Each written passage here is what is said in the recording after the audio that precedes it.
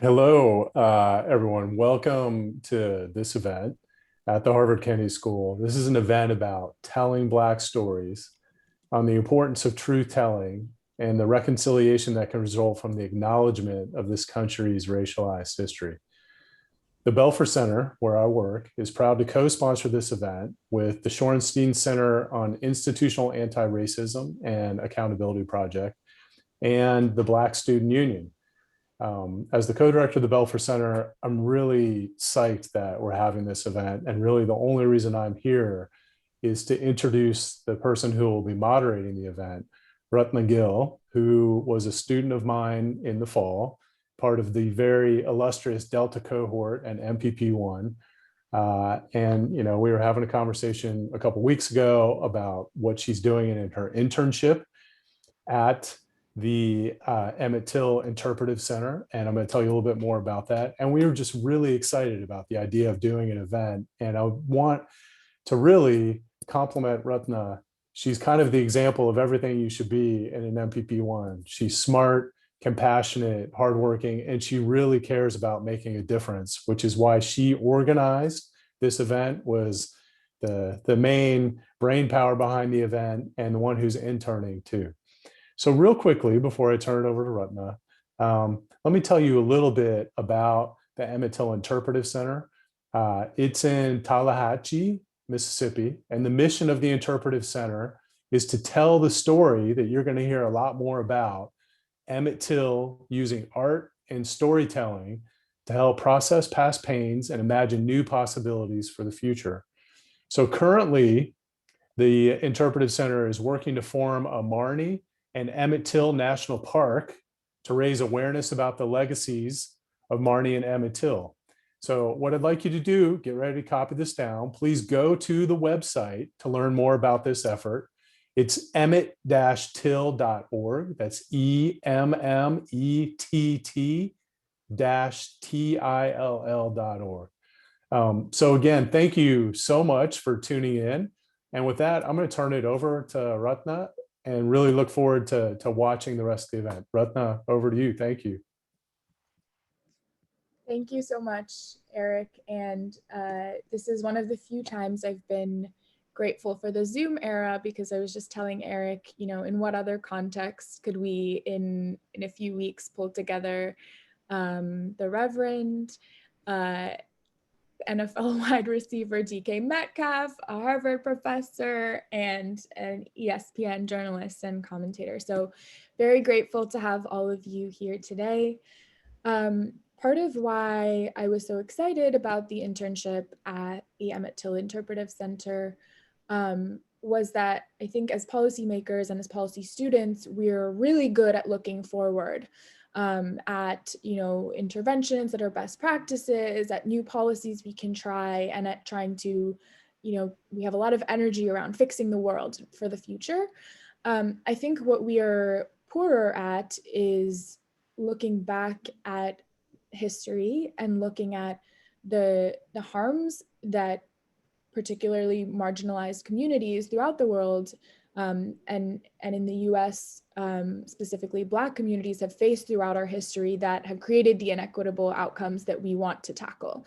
And I think that doing so, I'm finding during my time at the Kennedy School more and more that doing so is absolutely crucial for us to do what we say we want to do, which is ask what we can do to create equitable policies for the future. And so that's a long-winded way of saying I was so excited to hear that DK was going to be spending this month lifting up this really important story through his social media platforms.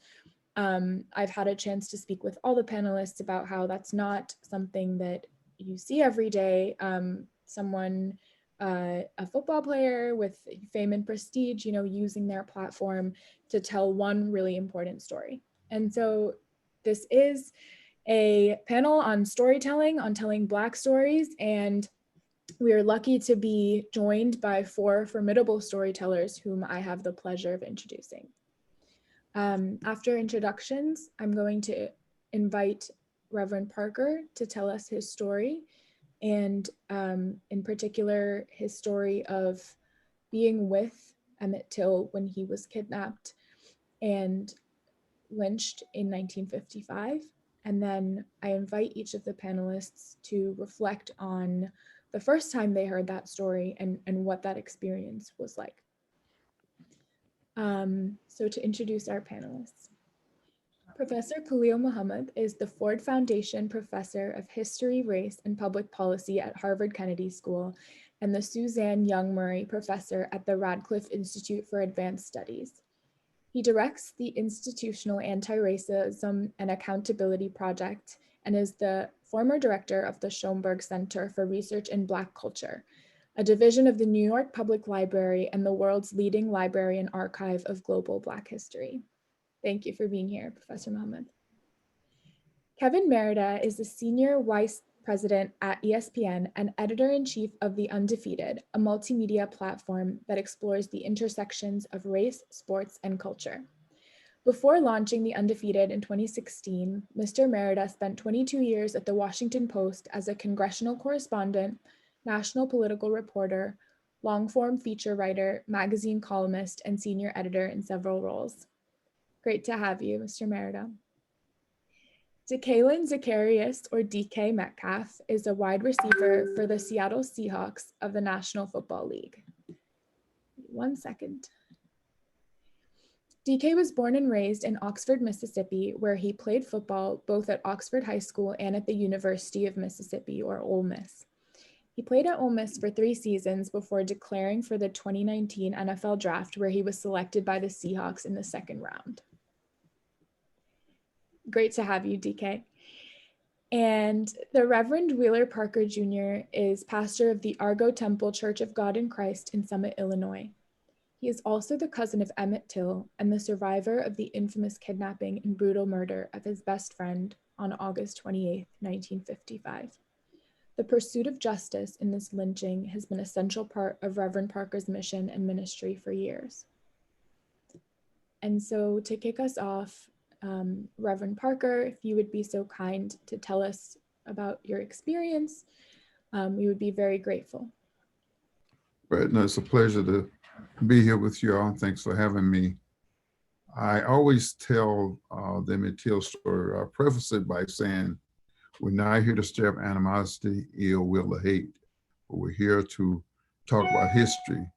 It's not a pleasant story. It's not a pretty story. So we try to get people emotional because we are emotional beings and we have preconceived ideas about certain things. So we tried to start it off by saying that some people say, don't talk about it, it's getting better. It's not an easy story to tell. So 1955, my grandfather came to Chicago. First, I moved from Mississippi, 1947 to the town I'm in now, Summit, Illinois. 1955, my grandfather came from Money, Mississippi for a funeral. And while he was here, they said, well, decided they let me go back with him to be with my uncles who are younger. My mother had 3 brothers younger than I am. So Emmett Till, Bobo, we call him Bobo, found out that I was going. He didn't have any siblings, so his mother took me along with him to the events as a sibling. He was 14 and I was 16. So they did not want him to go south because in 1955, they knew what could happen. So he was not easily persuaded. So he kept persisting and they decided to let him go. Okay, we arrived there on Wednesday, I believe it was. We got there, I can't remember the exact date, but we got there and we were there a short time, and 3 days later, I'm gonna go fast so we have time to do the Q&A and everything. So after being there in Money, small town, 3 or 4 stores, we went to the store that Wednesday evening, which is about 2.5 miles. We're already in the country, so we live farther in the country from where my grandfather lived. Got there, and there's so many stories that's been told about what happened at the store. And we were interviewed 30 years later about what happened. The story was told by the media, by all kind of people. So Look Magazine, all of the people that were not there told the story. So when I told my story, they said, I alleged. I said, what? I couldn't even believe it. I didn't know they operate like that, you know? Anyway, I was there for a little while at the store. I went in the store. Nothing happened while I was in the store. Emmett and I was in the store for a while together. So I said, I hope Emmett got his yes, sirs, no, sir, no, ma'am, yes, ma'am, together. We're down south. My formative years were spent there, and I knew it could be trouble depending on what kind of people you run into. And that's what I remember saying that. So I left him in there, and my uncle Maurice was the same age as I am, 16. He was 14. My uncle Simeon went into the store. He's 12 years old. They went in there to be with him. Nothing happened while they were there. Coming out of the store, they came out. We out in front of the store. Nothing happened in the store. But the story's been told as to what happened in the store. Emmett and Simeon came out of the store, and pretty soon Miss Bryant came out of the store. And when she came out, Emmett gave a wolf whistle. And when he gave a wolf whistle, we just could not believe it. I mean, our hearts stopped. You're in Mississippi and you have whistled a white woman, you must have lost your mind somewhere. So immediately, no one said, let's go. We all beeline for the car. Now it's dusk dark. My Uncle Maurice, 16, he's driving, and someone dropped a cigarette in the car and couldn't get the cigarette for a while. And now this time, Ametel is afraid. So we started down this gravel road, dust is flying everywhere. And then there's a car behind us. I said, man, they're after us. They're after us. So my Uncle Maurice sped up, pulled to the side. We jumped out of the car, ran through the cotton field. Cotton is just starting to balloon. So some of the balloon bulbs was not open, and they beating our legs. I remember we running over each other and falling, and the car went right by. So we regrouped at the edge of the road, and Emmett asked us not to tell Papa. We call him Papa. My grandfather is his great uncle. So the Ruth was there, girl Ruth, she still lives there. She said, this is not over. So you guys are gonna hear more from this. Those people have done things to people before. We didn't know that killed people before. In the South, you kill people at will. If you didn't live there or know about the South, you have no idea what we're talking about. It's hard to sell. That's why I appreciate Metcalf. He talked like a man who lived there. I could read between the lines what he was trying to say. When we're 16, 14, 12, and 16 again. So we forgot about it. Of course, in the South, back in 1955, everybody go to town, which was the main town was Greenwood. People come from these little hamlets and little villages, and it's a time to shop and do everything else, go to the theater, whatever. So around midnight, we leave town. We stop at a place called 4/5, a still there plantation jug joint. So we stayed around there for a while, just a little short time. And we left and went to my grandfather's house, which is in Money, not too far from Greenwood. And on the way, my Uncle Maurice runs over a dog. The dog is yelping. Emmett started crying. He's sensitive to pets. Of course, we got home about 12, a little after 12, and then we went to sleep. And the ironic thing is that now the person that told the eyes on the prior story, he's at the house. He wasn't there doing he told the story, but he was not there at all. We could not believe that he was telling it. So I won't spend time on that. So about 2:30 in the morning, I hear guys talking. I said, man, we're getting ready to die. These people are gonna kill us. This is death. I know that so many people have been killed.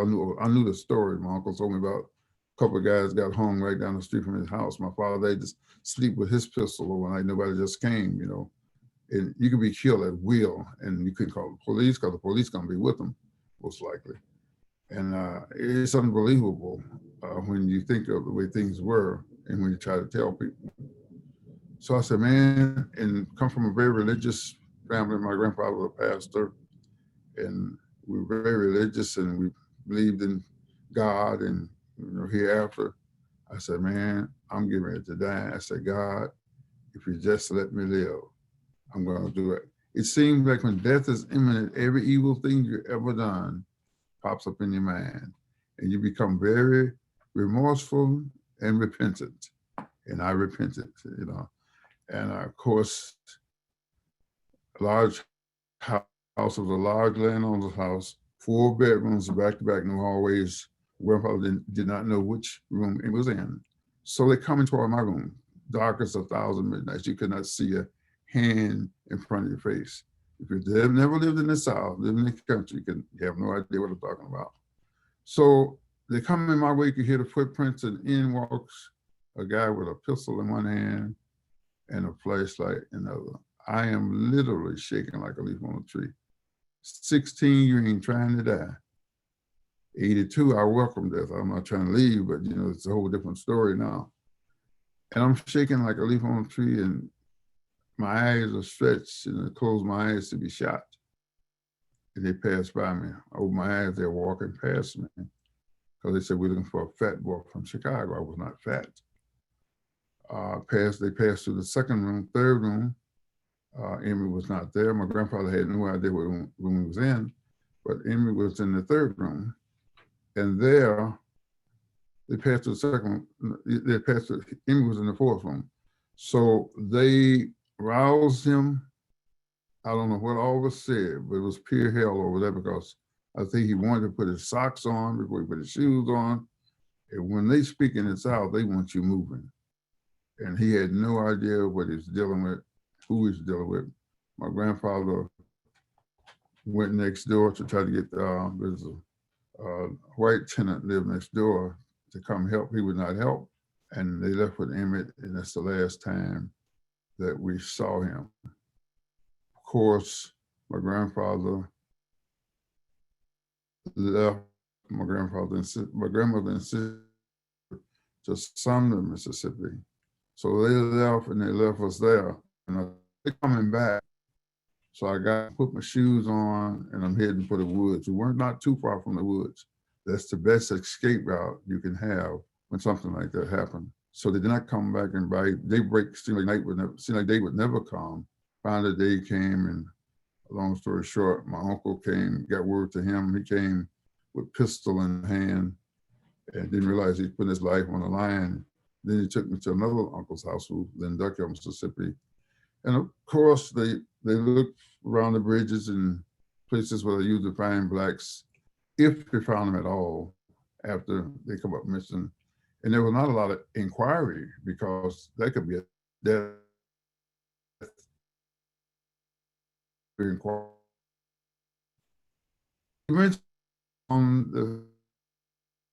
His body was waiting. As he went down the river, his body snagged and his foot was bobbing up and down.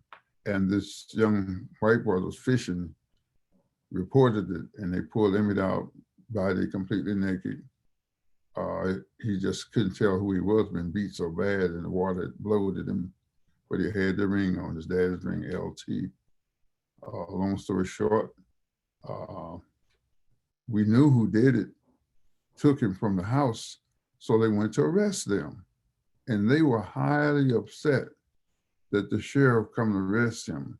We're trying to protect the Southern way of life, and that's BS you're talking, we're not going anywhere.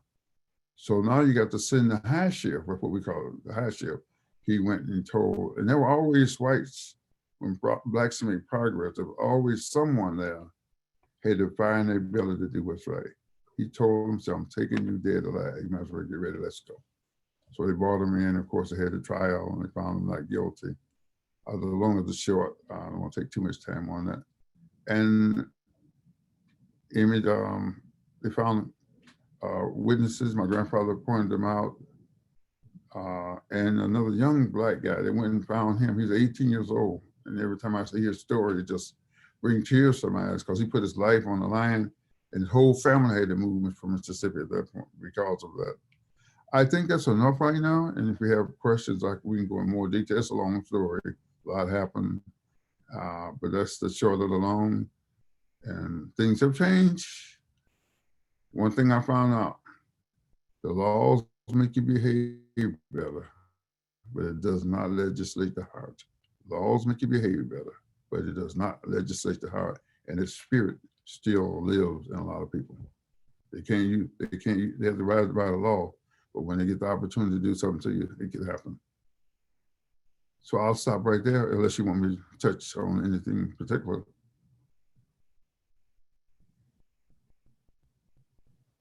Thank you so much, Reverend Parker. And I know that We're very grateful to you for sharing your story, and certainly our panelists will have more questions for you. We're very grateful to have you here with us. And now I'm going to ask you, DK, to reflect on what the story has meant to you throughout your life, especially given that you grew up in Mississippi. Well, I was born in Mississippi, lived in Chicago for 8 years, and then I moved back in the 5th grade, and that was really my first time hearing about the story. I had a history teacher who told us the story when I was in the 5th grade, and just to see the result or the picture of how Emmett looked, I can just still see it like to this day. And so his name is really just stuck with me, throughout my whole entire life. And then last year when all the, the George Floyd and everything went down, I got to the season and they asked me, did I want to wear a name on the back of my helmet? And I chose Emmett Till because in my eyes, George Floyd is a modern day Emmett Till. In my eyes, racial injustice has been going on forever. Ever since I heard about Emmett Till, I don't think anything really has changed. In my eyes, like Reverend said, the laws make you behave better, but it's still they still have the hate in their heart. So just bringing awareness to his story, and just educating people that this is not anything new that's going on in the world. This has been going on for 50 plus years. And now I believe it's just time to do something about it. And, first step is bringing awareness.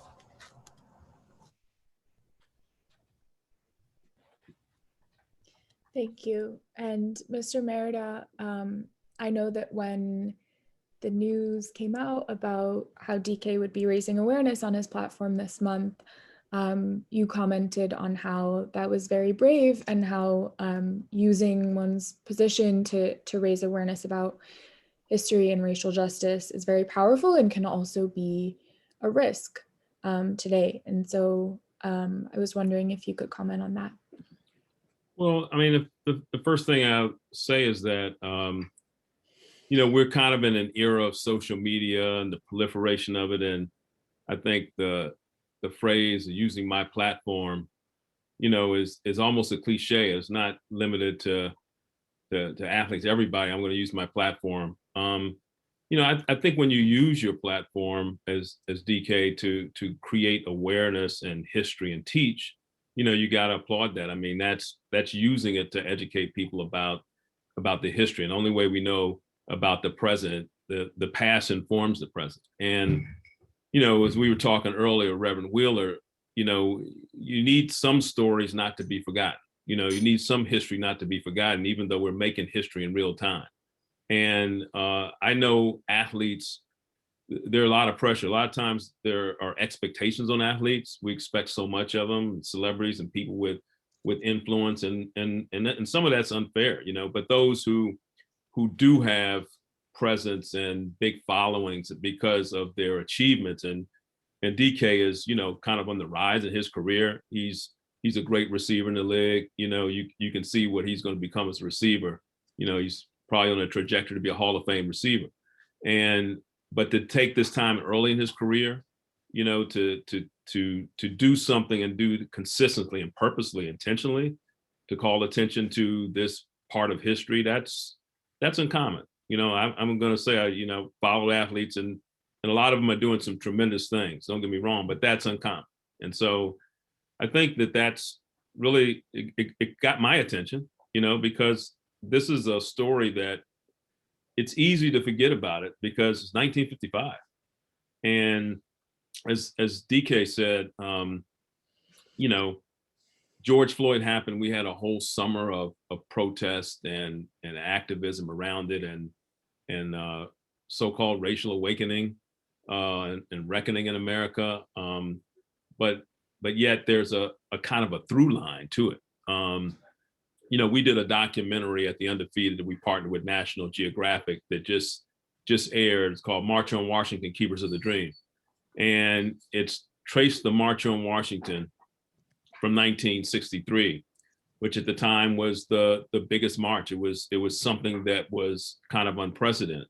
They trace it all the way up to the evolution of marches as fuel for social change, all the way up to the march that happened in 2020, 57 years later. And there's kind of a through line of similar issues, the same kind of hatred, police violence, vigilantism, a lot of the same issues that Dr. King, John Lewis, Bayard Rustin, and others gathered in 1963, Al Sharpton and others gathered in 2020, some of the same things we're talking about. So, it's important to connect these dots and to continue to say, look, there's been a lot of progress. The fact that we're here, I don't think DK back in the day, somebody looks like DK couldn't have played at University of Mississippi, and Professor Muhammad being having a distinguished chair at Harvard University. That wasn't possible for us, but so things have happened, but yet we're still wrestling with some of the same issues in our country.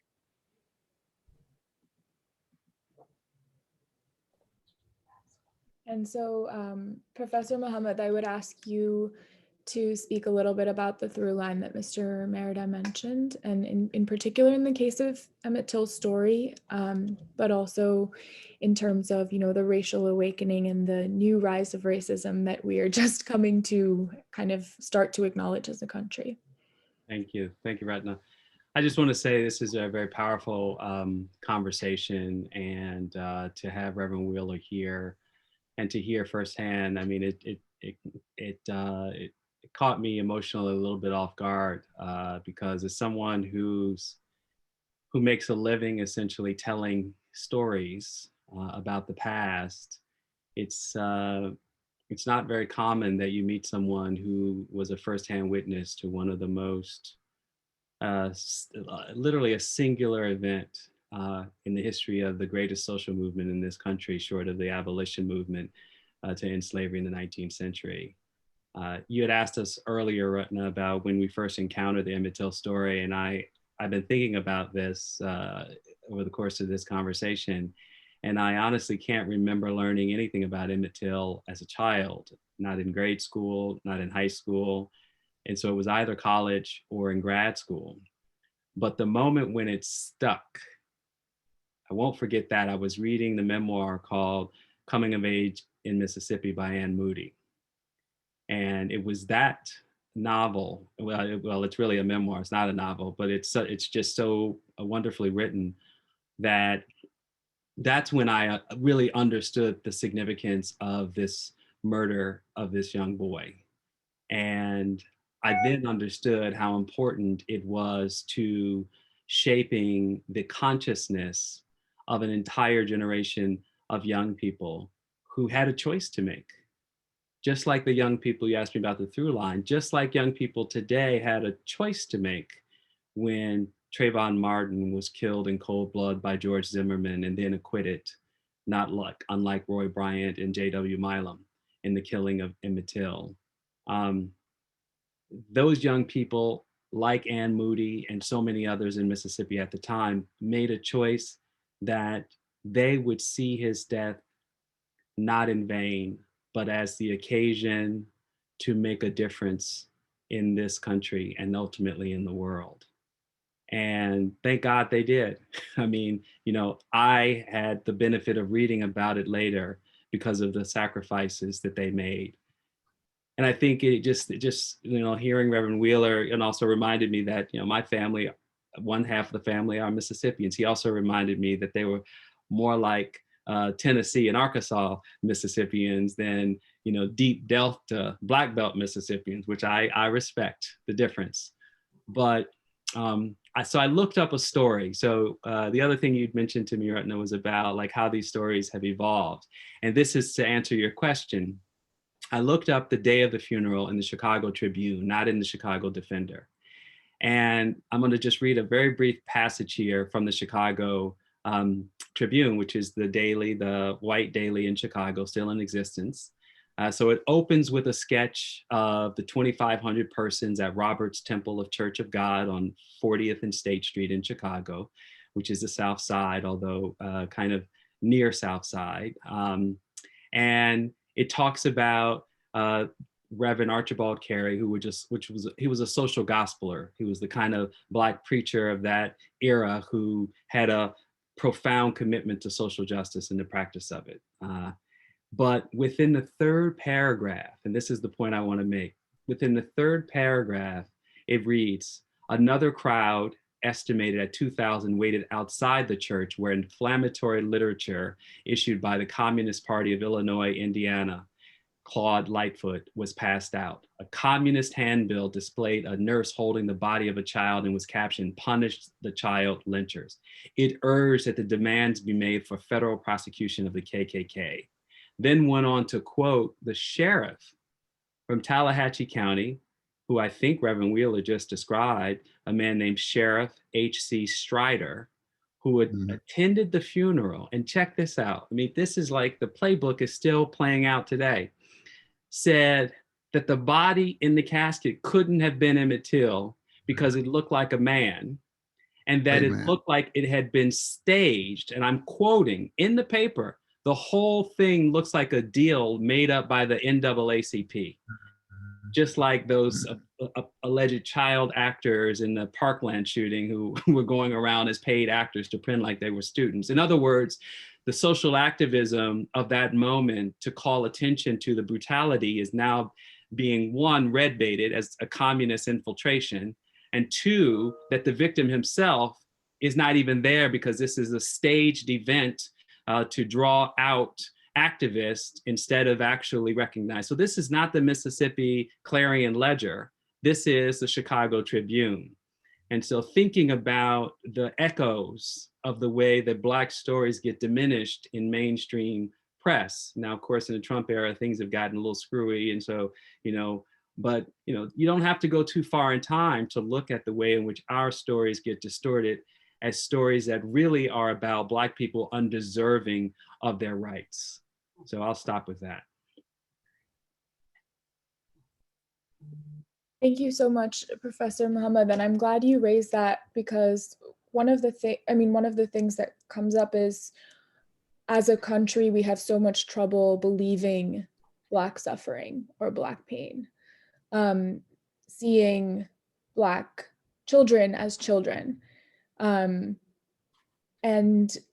I'm wondering if any or all of you could share with us. Later on, I'd like to ask, what everyone in the audience can do to suspend that disbelief of Blackness and of Black stories. But, I think DK, your actions kind of suggest that something happens when we learn stories and when we believe them. And then there's something else that happens when we don't, when we diminish them, and when they're whitewashed or when they're brushed under the rug. So a question that I would have for all of our panelists is, can you think of a time that engaging truthfully and deeply with a story was able to change something? This could be, within an institution, it could be in the context of the country, it could be in your own life, what it feels like when the truth is acknowledged and someone is really listening to you and your truth, and what that has the potential to do. And Reverend Parker, I would like to start with you, actually, because so much of your life's work has been devoted to telling this story and telling it truthfully, and not allowing folks, as you said, who weren't there to tell the story on your behalf or on the Till family's behalf. So I think if you could speak to what that's looked like, what that's been able to transform or to change, that would be great. I saw something last year that I never thought I'd see. And it really brought about a change. I don't know where it's going to go. But after George Floyd, you had whites protesting as well. That never happens. The worst thing can happen to a white person, and I say this the best way I know how when I'm speaking, is to be called a nigger lover or supporting Black folk. There were people that stood up, as Ms. Mamie Till said, that never stood up before, and that gave validity to it. I don't know where it's going to go, how it's going to develop. Then we saw it other places. I could not believe it. So change is coming. Is it going to continue? Is it going to get better? But we have made some progress. We have made some changes, but we got a lot of work to do.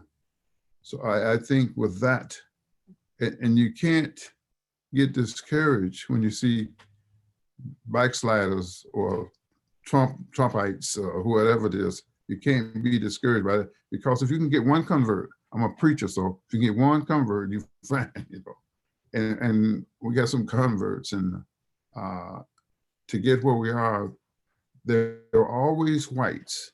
Every turn we made progress. There was whites that had the fire in their belly to help Black people get to where they are. The abolitionists, you go right down the line. Even President Johnson, he signed the Civil Rights Bill. He is from the heart of Texas. No offense to you, Texan, Kevin, but things are progress. And so we thank God for that, and I'm enjoying the change. I don't know if that answered your question or not. It absolutely did. Thank you. And that's very heartening to hear, especially from you and your wisdom. DK, I would love to understand from you, what is it that you hope your followers will be able to do by engaging with the story that you've been sharing? One of the things that I was discussing with Mr. Merida was the way that you told the story also has been so powerful. And I encourage those who haven't seen DK's Twitter to check it out, really telling the story one line at a time. And I would also love to hear how you planned and decided to do that. But what would you hope that your fans, that your followers would be able to do as a result of believing and understanding and engaging with Emmett Till's story? Once they see it, educate others about it. I know one major problem that we had in this world is ignorance in the white culture or in other cultures. They just don't know because they see all of us on TV or, playing sports or in movies, but they really don't know what Black suffering is because they see us on TV. But there are other millions of people out there suffering out there in the world. And that's where the ignorance, I believe, comes into play, that they just see us on TV and not knowing that, there are other people out there. Like, I have a family, I have 5 siblings that are watching me, and if they don't grow up to play sports or be a CEO of a major company, then they're regular people in this world, and how are they going to be perceived or treated? And if they don't know about Black suffering or about oppression of the world and what we've come from, then they're just going to treat us like everybody else. But if they're aware of the situations of the past events that we've been through as a Black culture, then they're not going to see a color, they're just going to see a person, and then they're going to have the same opportunity as the next person or the next white person that's applying for that same job. So it's just bringing awareness and people telling their friends and their family, and just start a chain reaction of positivity and people not looking at color anymore. They just see people.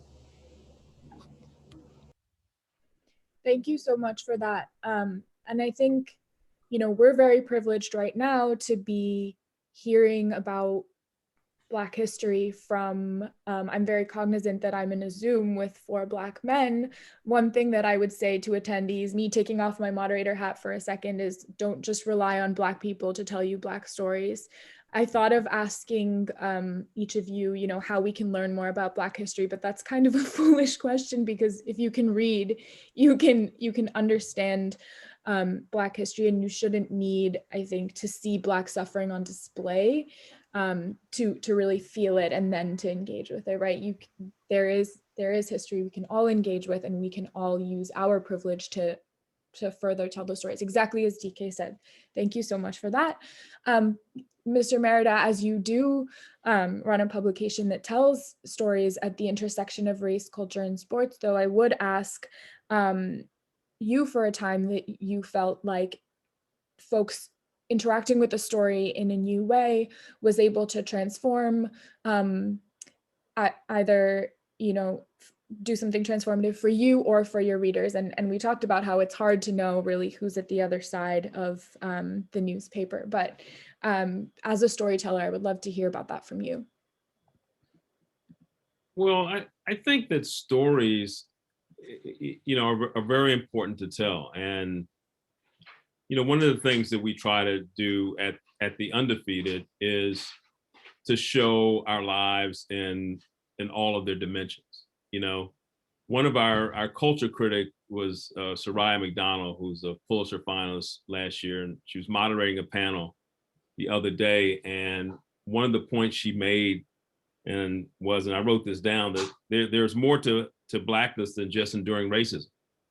That's not the sum total of our lives. And, it goes along with something that Toni Morrison had told people many times when she was writing all her beautiful books, and they were concentrated on our lives. And before she became Toni Morrison, that the world knew and won the Nobel and won all these awards, there was an attempt to kind of pigeonhole her, and that she couldn't be like the great writer celebrated because she was just in this area over here.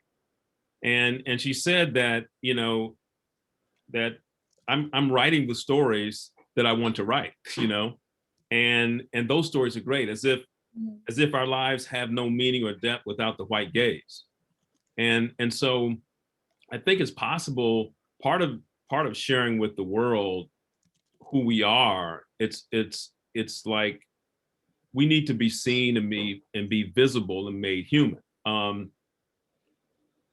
My wife, Donna Britt, who's a writer, Washington Post, for a long time as a columnist and now an independent writer. When things like George Floyd in our family, when something like George Floyd happens, or Tamir Rice or anybody, it hits personally in our family, because her brother lost his life to a police killing back before there were cell phones and recorded history, and it's back in Gary, Indiana. And she wrote initially powerfully about that, the Washington Post, and again during George Floyd wrote, in the aftermath of George Floyd, wrote an essay that really just sought to humanize, to use her brother's life, that these people who die are and get killed, they had mothers and brothers that left people behind. They were human beings, and not just somebody whose life did not have meaning, or that sometimes when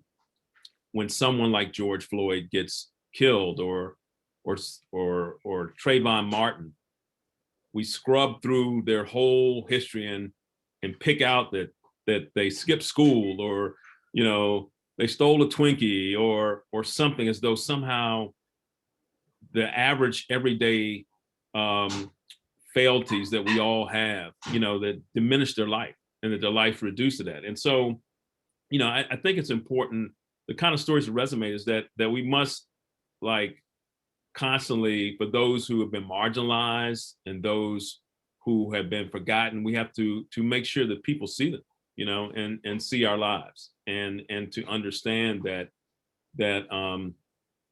those lives are just as important as others' lives that don't look like us or may not come from the same privileged circumstance. Yeah, just to jump in quickly, I've been thinking about this question about when stories made a difference, and I really just want to add an addendum to the one I already told, which is to say that while there is this universe, this reservoir, and it fills and it it doesn't quite empty, but it goes down and the water table rises of Black pain and suffering. I mean, the brilliance of Black storytelling is to make a deposit on the future of Black life. And I'm going to borrow a phrase from Margaret Atwood, the author of The Handmaid's Tale, which I actually did read in high school. I remember it, just like what we get taught, but that we write as an act of hope and optimism that there'll be someone to read what we've written. And I think that that's what is so incredible about Black storytelling traditions, is because Black people had not only the wherewithal to pass those stories on as an act of survival, but also as an act of creativity. And Kevin has, lifted up the ancestor Toni Morrison in this conversation. I mean, she was not only digging into a deep archive of the stories that had already been told, and then she reimagined them and say Beloved and so many other stories that she told. But what she was doing was passing on what it meant for Black people to center themselves in their own stories for them, not for white people. White people could be invited into the conversation, but the stories weren't for them. Now, the great irony in this moment of 2021, as someone who is teaching at a public policy school that has only recently had its own racial reckoning, and it's a good thing it's it's caught up with the times around a lot of these issues, is that if white people had taken a genuine interest in Black stories as one universal expression of humanity, in the way that they certainly understand the multiplicities of Europeanness, right? White people understand that an Eastern European Polish writer is not having the same experience as a British writer in Victorian England. And so they don't reduce. And yet they imagine that when we're telling the stories, we're telling some parochial small story. But if they had been reading our stories, because we were reading our stories and we were hearing our stories, but if they had been reading, then they would have been long ago prepared to understand what fascism looks like in America. They would have long ago been prepared to see the way that Trump is a master storyteller, and the unwillingness of the people who are consuming those stories to abide by any standard of ethics or morality or politics or philosophy. There is no political theory to explain the willingness of people to accept a story other than a political theory that explains authoritarianism as we know it in 20th century Europe or in Latin America. And yet that's the story of the Black experience until when? You tell me when it stopped. And Black folks have been telling those stories so that we could survive and pass on those stories to our own children, to find joy in the midst of pain, to see light at the end of a dark tunnel, to rise another day. As Reverend Wheeler, he is a living embodiment and testament to the power of storytelling to keep moving forward.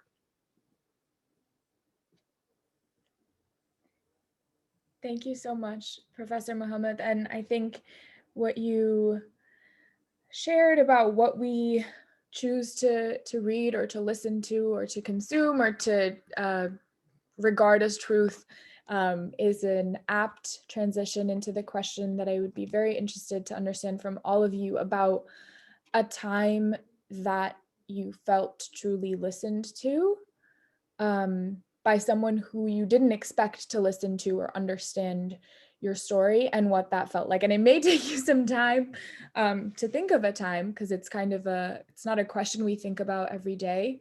But I think it can be really transformative for everyone here as policymakers too, as we're learning constantly to listen to communities, to listen to the beneficiaries of our programs, to listen to our fellow policymakers and students better.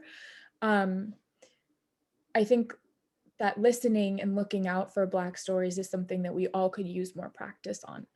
So although it's kind of a broad theoretical question, and then we'll go to Q&A after this, I would really love to hear, and maybe we could start with you, DK, if there was a time that, a teammate or a friend or someone who you didn't expect to understand either your pain or your joy, really came through in that way, and what that has the power to do. Because as Reverend Parker said, I do think that one person telling one story to one person at a time and transforming and creating allies one person at a time, that's really, I believe that's all we can do to create better future.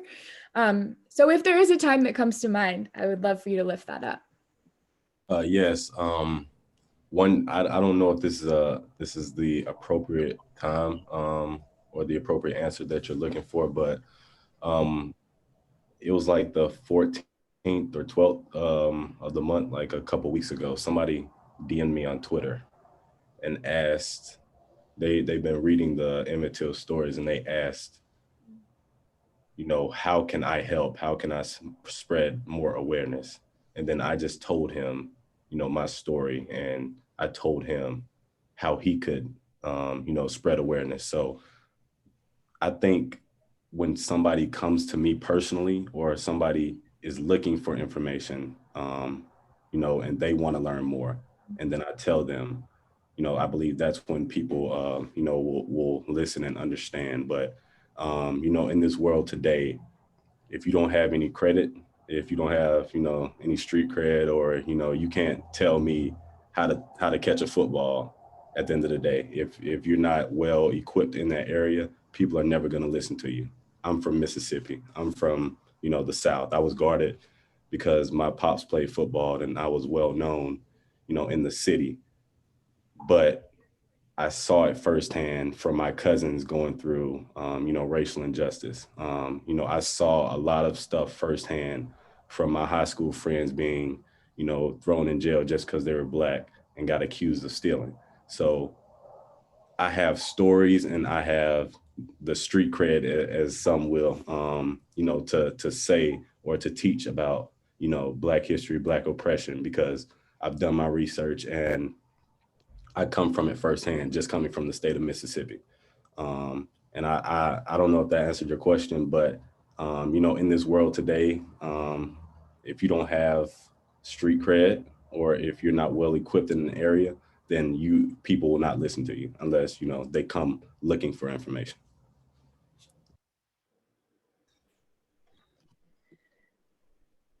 Well, I am happy to hear that you have had folks engaging in that way with you and wanting to learn more about your experience.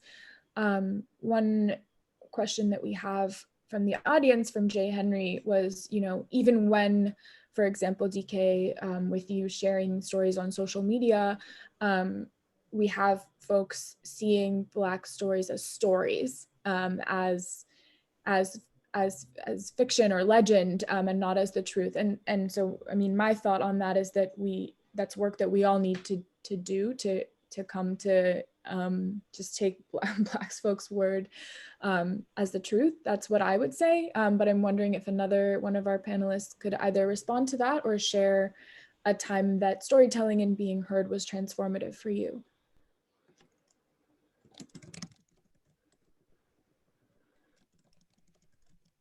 I think we kind of covered that ground, right? It'd be great to get another question in. Sure. So one question that we had from Judith was for Reverend Parker, and I could speak to it as well. I know that the Emmett Interpretive Center has restored the courthouse in Sumner where the trial was held. What else is the center planning to do to honor young Emmett?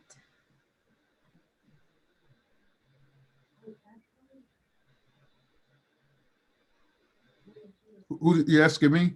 Yes, sorry. Oh, sorry. Well, there are a lot of things they have planned for visuals for people to come and they can view video, however you want to put a DVD. So they're doing good down there. And you go there now, you can see the pictures and read the captions and stuff. So I think I should do more of that. You need patience dealing with a thing like this, because it's hard to sell people as an equal that came out of slavery. That's one of the hardest sell. A Black person from a foreign country get a better sale than a Black people born in America come out of slavery. It's just a very difficult something to overcome, but people are overcoming it. Helping really one of the most uh, understand how can people read the same Bible you read and leave out of church and hang you and then tell you to believe in Jesus Christ. So it's hard for to try to sell equal justice to Black people when they see people who say they go to church and read the same Bible and do such things. The most of our hangings and atrocities were in the Bible Belt. You can't get no more religious than the South. And I asked a white guy, preacher, he said, well, they teach racism, you know, bottom line. And it's hard to believe, but he lived there with them and he was part of it. So he just said, and he said it like it really is. And once you see, I make an example all the time. I say, I think it's last year or so, Italian said, we're not all gangsters. If I say,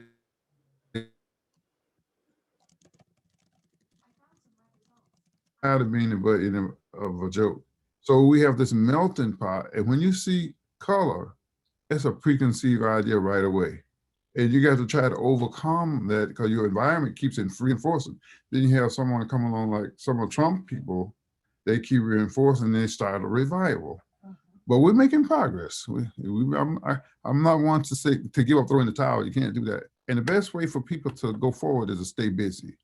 I am as busy as a one-armed man hanging wallpaper.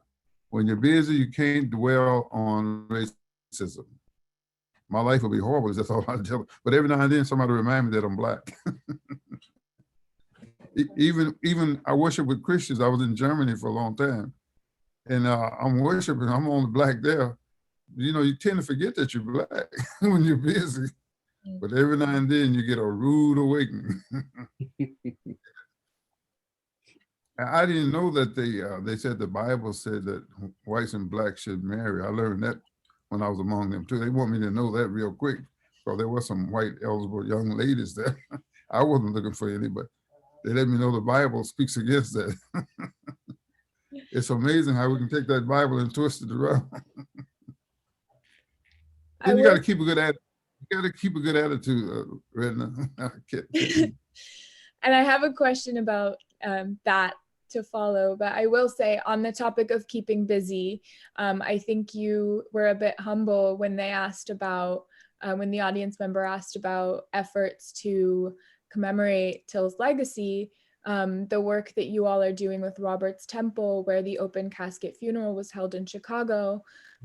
This is kind of the first time we've said this in a public forum, but we're working alongside Reverend Parker and others to commemorate Robert's Temple in Chicago, as well as the courthouse where the trial was held as national parks, as the Mamie and Emmett Till National Park, to commemorate Emmett Till's mother's bravery and the legacy of Emmett. So we're very excited to share that. And you mentioned that, you know, we've been making progress. So one of the you know, with progress, we've talked in this conversation about the importance to accompany progress with, you know, reconciliation and reckoning with the truth.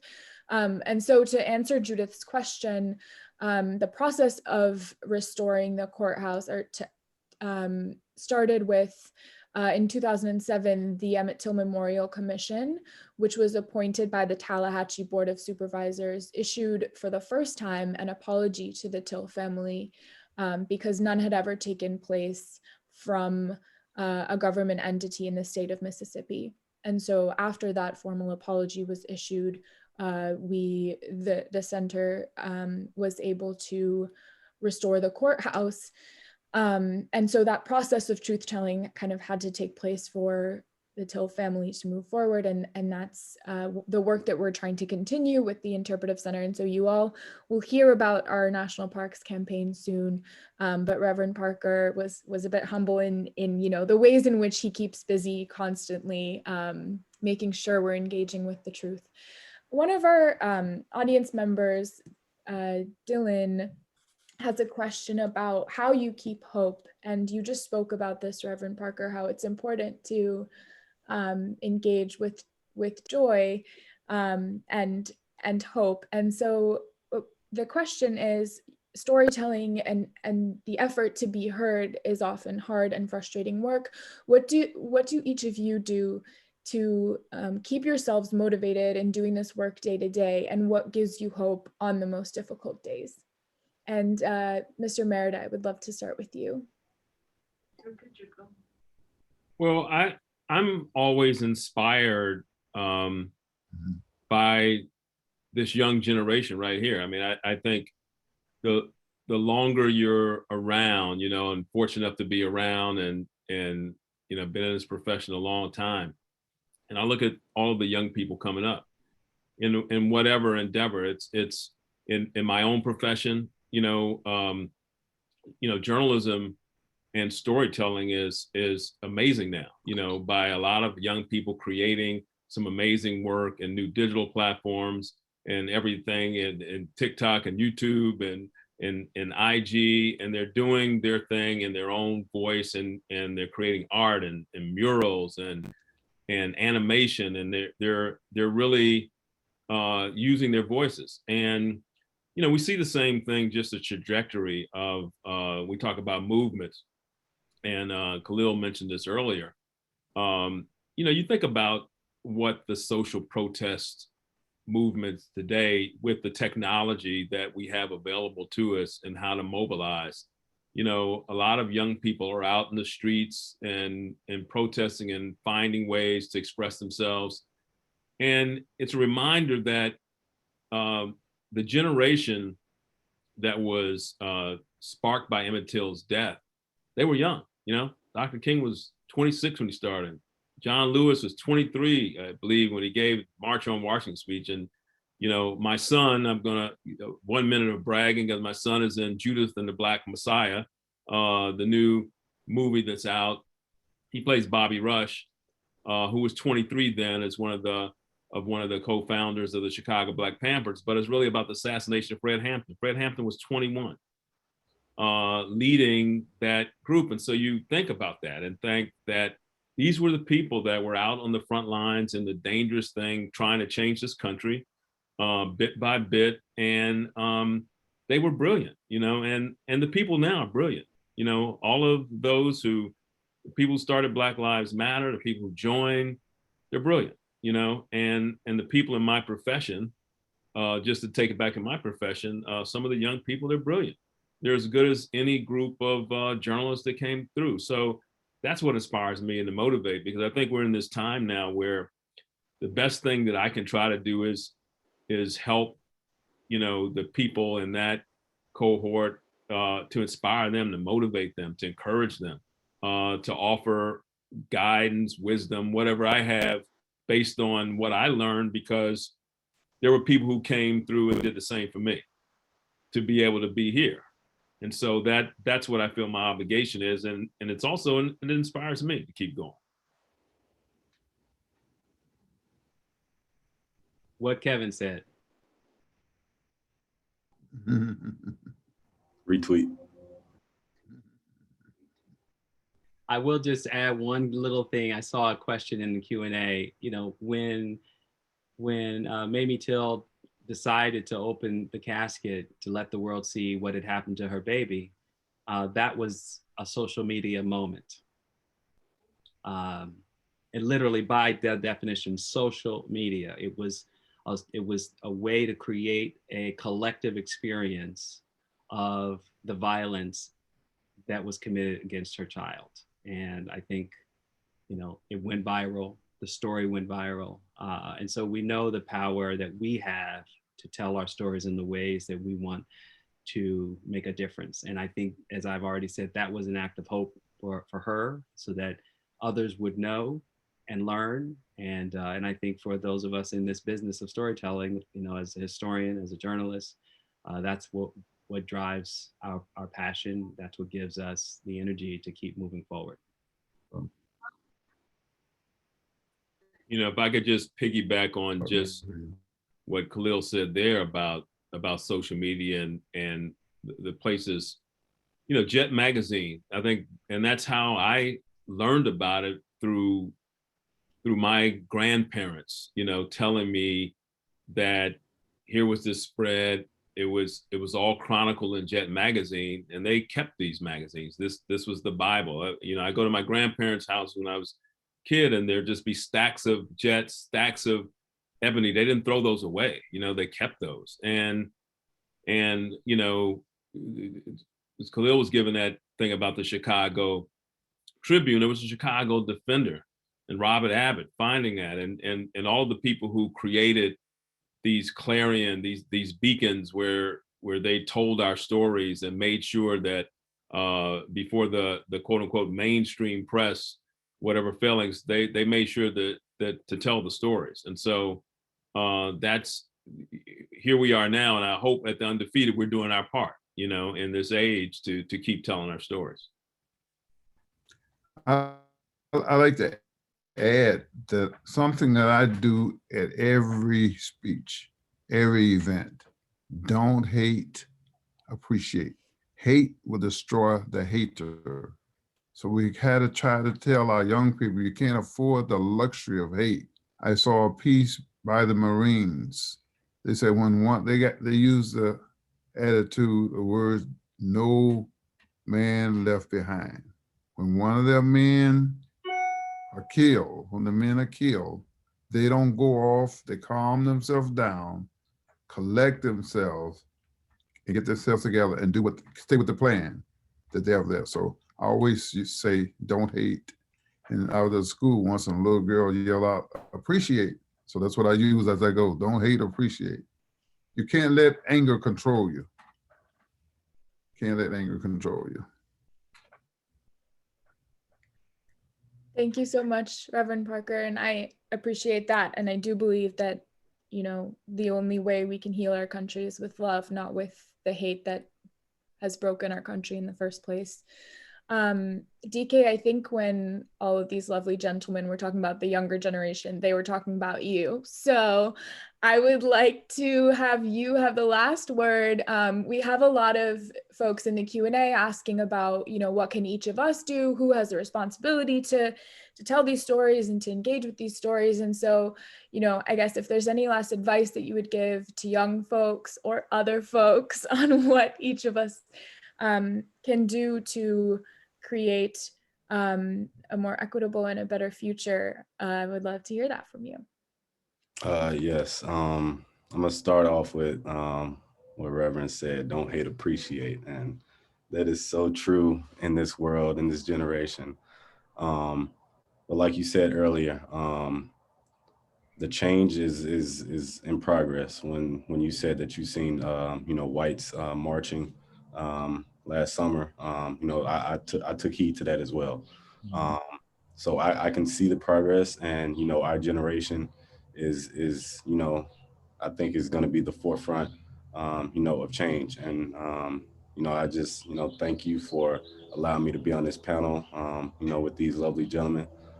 They taught me a lot as well, just sitting back listening to, you know, how well they've spoken, you know, on each subject or each question that was thrown at them. So you know, I'm gonna, you know, go back and you know, tell my homeboys, my friends and family, you know, I'm ready to be a historian when football's over with.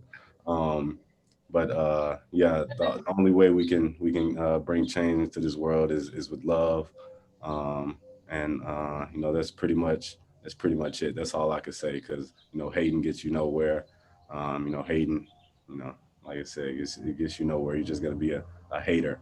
But if you take a leap of faith and just love and just be different from everybody else, and not like you know, the past generation who did all the lynching and the hating and the riots and all of that. I think our generation is going to be different, and you know, we're gonna lead change in the U.S.